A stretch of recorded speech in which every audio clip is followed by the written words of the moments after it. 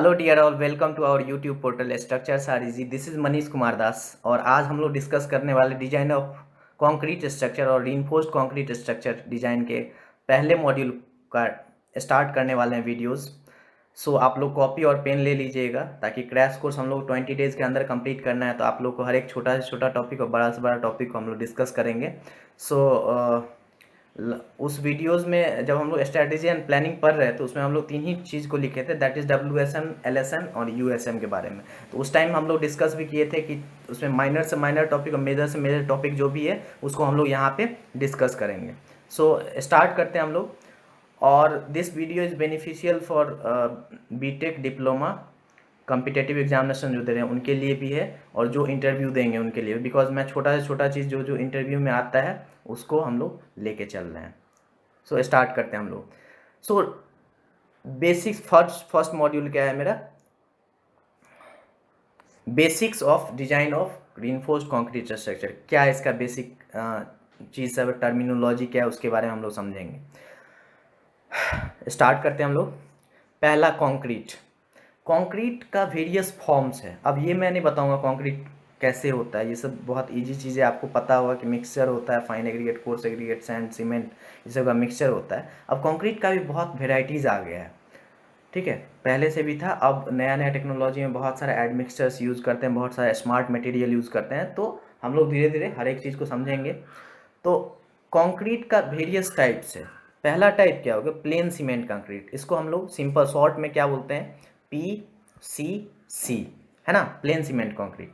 Plane cement concrete आपको पता होगा कि क्या होता है। इट इज़, यहाँ पे जैसे लिखा है वो मैं पहले समझाता हूँ फिर हम लोग discuss. It is the hardened mass obtained from a mixture of cement, fine aggregate, fine aggregate मतलब sand, coarse aggregate, coarse aggregate मतलब वो जो एग्रीगेट वी कैन से, जिसको हम लोग चिप स्टोन बोलते हैं, चिप्स स्टोन बोलते हैं, and water in a definite proportion, मतलब एक सर्टेन प्रोपोर्शन होता है ग्रेडिंग के अकॉर्डिंग। तो उसमें अगर हम मिलाएंगे और वो अगर हार्ड मास ऑब्टेन करता है then it is called PCC, correct. It has a good compressive strength but very little tensile strength. इसका कंप्रेसिव स्ट्रेंथ बहुत ज़्यादा होता है लेकिन टेंसाइल स्ट्रेंथ क्या होता है? कम होता है। टेंसाइल स्ट्रेंथ कम होता है, उसी को ओवरकम करने के लिए आगे हम लोग RCC पढ़ेंगे। RCC क्यों आया? वही टेंसाइल स्ट्रेंथ PCC में नेग्लिजिबल बहुत कम होता है, इसीलिए हम लोग RCC को बनाए। आगे हम लोग बढ़ते हैं। its use is, it use where good compressive strength required and the main requirements is tensile strength are very low. Main requirements, weight जो होता है, वेट मेन रिक्वायरमेंट हुआ, और जहाँ पे टेंसाइल स्ट्रेंथ का ज़रूरत बहुत कम हो और कंप्रेसिव स्ट्रेंथ बहुत अच्छा हो, वहाँ पे हम लोग we can easily go through PCC, we can easily go through PCC, correct. Okay, PCC में आपको पता चल गया कि कंप्रेसिव स्ट्रेंथ बहुत ज़्यादा होता है और टेंसाइल स्ट्रेंथ क्या होता है? बहुत कम और नहीं के बराबर होता है। अब हम लोग स्टार्ट करते हैं RCC, that is reinforced cement concrete. इसी को हम लोग क्या बोलते हैं? RCC, RCC स्ट्रक्चर, और यही मेरा टॉपिक भी है। So as we know that the PCC has very low tensile strength. अभी हम लोग जस्ट पढ़े कि PCC का टेंसाइल स्ट्रेंथ क्या होता है? बहुत कम होता है। So to improve the tensile strength of concrete some of the reinforcement is required which can take up the tensile stresses developed in the structure. The most common type of reinforcement is in the form of steel. Steel को हम लोग provide करते हैं reinforcement की जगह पे। क्यों? ताकि वो स्टील टेंसाइल स्ट्रेंथ को भी बियर करे और बढ़ाए उसके अंदर। तो PCC को अगर हम reinforced कर देंगे स्टील के साथ तो वो जो कंपोजिट स्ट्रक्चर हो जाएगा उसको हम लोग क्या बोलेंगे? RCC, that is reinforced concrete structure. Fine. अब हम लोग को समझना है कि रीइंफोर्समेंट में स्टील प्रोवाइड कर रहे हैं, क्यों? तो इसका भी हम लोग आगे में हम लोग पढ़ेंगे क्या ज़रूरत होता है, बट मैं अभी थोड़ा सा हिंट दे देता हूँ। पहला हो जाता है बॉन्ड। क्या चीज़? बॉन्ड। स्टील और कंक्रीट में बहुत ही अच्छा बॉन्ड होता है, गुड बॉन्ड होता है, ठीक है। उसके बाद हो जाता है thermal stress, coefficient of, sorry, coefficient of thermal expansion, है ना, दैट इज अल्फा होता है, आई थिंक अल्फा। अल्फा जो होता है, अल्फा कंक्रीट का नियर अबाउट स्टील के बराबर होता है, दैट इज 12 इंटू 10⁻⁻6 पर डिग्री सेंटीग्रेड। ये जो पर डिग्री सेंटीग्रेड है ये यूनिट है, तो दोनों का नियर अबाउट 12 इंटू 10⁻⁻6 डिग्री पर डिग्री सेंटीग्रेड होता है। तो इसलिए हम लोग क्या करते हैं, स्टील का इन्फोर्समेंट इसमें प्रोवाइड करते हैं। बॉन्ड भी अच्छा होता है ताकि एक्सपेंशन कॉन्ट्रैक्शन में कोई दिक्कत ना हो। अब आपको पता है कि reinforcing steel is placed in the form of fresh concrete around it, मतलब फ्रेश जो रिइंफोर्सिंग होता है, रिइंफोर्सिंग डालते हैं, उसके बाद हम लोग फ्रेश कंक्रीट को उसमें पॉड करते हैं, डालते हैं, ठीक है। The solidified composite mass is called reinforced cement concrete. Thus RCC is a composite structure which is made up of concrete and steel. It has good strength in compression, अभी मैंने बोला था compression, as well as in tension zone। मतलब tension कैसे आ गया, क्यों tension में भी स्ट्रेंथ ज़्यादा हो रहा है, because due to the presence of reinforcement किसका हम लोग तैयार कर रहे हैं, स्टील का क्यों कर रहे हैं, बिकॉज उसका बॉन्ड अच्छा होता है। बॉन्ड किसके साथ अच्छा होता है, कंक्रीट के साथ अच्छा होता है। और दूसरा क्या है, कोएफिशिएंट ऑफ थर्मल एक्सपेंशन का वैल्यू सेम है, कितना है, 12 इंटू 10⁻⁻6 पर degree centigrade. So RCC is a versatile material. Okay,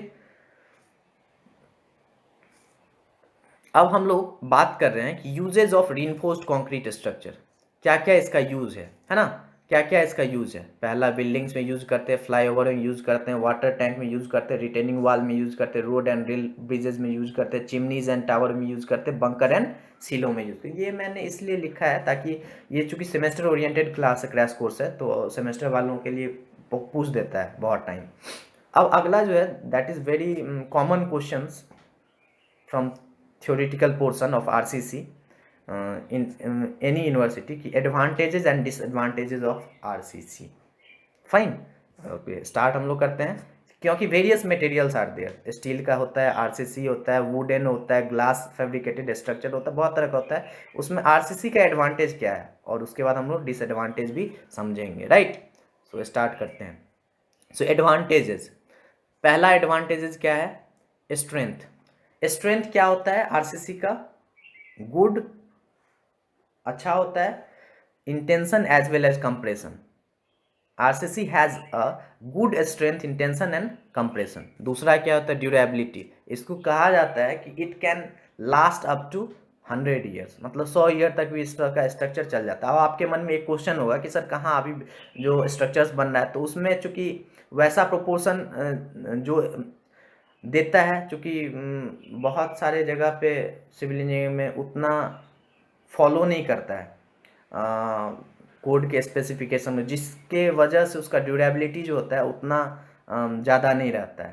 तो लेकिन it can last up to 100 years. Okay, next is mouldability मतलब it can given any shape easily by properly designing the form work. जैसा आप लोग form work चाहते हैं, मतलब arch type में चाहते हैं, आर्च टाइप में डिजाइन हो जाएगा, जिस तरह का आप चाहेंगे तो ये इजीली मोल्ड हो जाएगा। मोल्डेबिलिटी मतलब to give the shape. Okay, next one is ductility. Steel reinforcements imparts ductility to the RCC structure। Ductility दो तरह का मटेरियल है, आप लोग मॉस में पढ़े होंगे, स्ट्रेंथ ऑफ मटेरियल में, सॉम में। That is ductile material, brittle material. Ductile material क्या होता है कि जिसको हम लोग जिसका क्या कहते हैं, पोस्ट स्ट्रेन जो होता है मोर देन 5% होता है, that is called ductile material. और जिसका 5% से ज़्यादा होगा और जिसका 5% से कम होगा, ज़्यादा होगा वो हो गया डक्टाइल मटेरियल, और कम हो गया वो हो गया ब्रिटल मटेरियल, है ना। ब्रिटल मटेरियल जब भी आप फोर्स लगाओगे तो वो फेल होगा without showing the without giving prior notification, वो फेल हो जाएगा डायरेक्ट ब्रिटल में। बट डक्टाइल में वो शो करता है, नेकिंग जोन शो करता है, राइट। ओके, अगला क्या है, इकोनॉमी।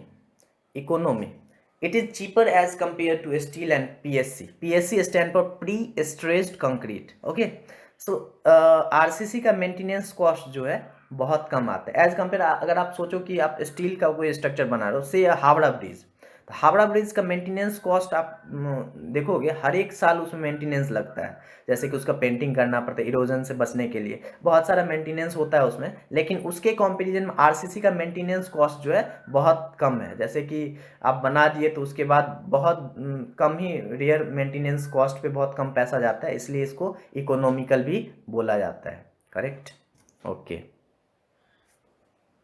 अगला है आप लोग का, दैट इज ट्रांसपोर्टेशन। अब आरसीसी में मटेरियल क्या क्या होता है, वही fine aggregate, coarse aggregate, cement, water. तो raw material can easily available and transported easily, उसको अवेलेबल भी इजीली रहता है, उसको ट्रांसपोर्ट भी इजीली हम लोग कर पाएंगे। और now it is RMC is used. RMC stand for ready mix concrete. Okay, ready mix concrete आप लोग देखते होंगे रोडवेज जो बनता है तो वहाँ पे वो ट्रांजिट मिक्सचर में जाता है। ट्रांजिट मिक्सचर जानते हैं, एक इस तरह का रहता है, ट्रक टाइप का रहता है, यहाँ पे व्हील रहता है, और एक इस तरह का गोल टाइप का रहता है, ये घूमते रहता है। ठीक है, इसी को हम लोग बोलते हैं, ये पूरे होल ट्रक को हम लोग बोलते हैं ट्रांजिट मिक्सचर। ठीक है, ट्रांजिट मिक्सचर में क्या रहता है, आरएमसी लेके जाया जाता है, रेडी मिक्स कंक्रीट। ओके, अगला है आपका fire resistance. So it is more fire resistance than other material. मतलब फायर, आग वाग लगेगा तो ये काफ़ी अच्छा रेजिस्टेंस देता है, आग नहीं लगने देता है as compare to other material like steel. Steel पे जब भी वो होगा तो वो मेल्ट होना शुरू हो जाएगा। Next one is permeability. So RCC is almost impermeable structure. Now next question is, what is the disadvantage of RCC? What is the disadvantages of RCC? RCC का disadvantages क्या है? ओके, सो पहला डिसएडवांटेजेस क्या है, ये हेवियर स्ट्रक्चर हो जाता है than others like steel, would and glass. Fine, तो बहुत ज़्यादा वेट हो जाता है, ये सबसे ड्रॉबैक है इसका। दूसरा है it requires lots of form works centering. Form works मतलब जो हम लोग बांस का, बैम्बो का ये देते हैं जिसके ऊपर हम लोग कंक्रीटिंग स्टार्ट करते हैं, उसको हम लोग form work, centering, shuttering to be fixed, this required lots of site space and skill labour. अगर स्किल लेबर नहीं है तो जो इसका ड्यूरेबिलिटी है वो उतना नहीं हो पाएगा जितना इसका ड्यूरेबल होना चाहिए स्ट्रक्चर का, उसका ड्यूरेबिलिटी उतना नहीं हो पाएगा, और फ्रैक्चर्स मेंटेनेंस भी कमिंग डेज में बढ़ने लगेगा। तीसरा है आपका it takes time to attain its full strength. मतलब इसमें टाइम 28 डेज चाहिए कि आपको स्ट्रेंथ देने के लिए, जबकि स्टील में आप फैब्रिकेट की और स्टार्ट हो जाता है, मतलब ट्रांसपोर्टेशन। जैसे ब्रिज बनाए तो स्टील का ब्रिज बनाए तो फिर तुरंत ट्रांसपोर्टेशन स्टार्ट हो जाएगा। जैसे शेड बनाए तो तुरंत अंदर में आप वर्कर्स कैन वर्क इजीली। तो ये हो गया एडवांटेज एंड डिसएडवांटेज। अगले वीडियोज़ में हम लोग मटेरियल्स का कैरेक्टरिस्टिक्स, टर्मिनोलॉजी और कोड के बारे में समझेंगे। सो कोड, इसका जो कोड होगा वो कोड है आपको IS 456/2000। करेक्ट, सो बने रहिए हमारे यूट्यूब चैनल के साथ, that is structures are easy. Okay, thank you so much.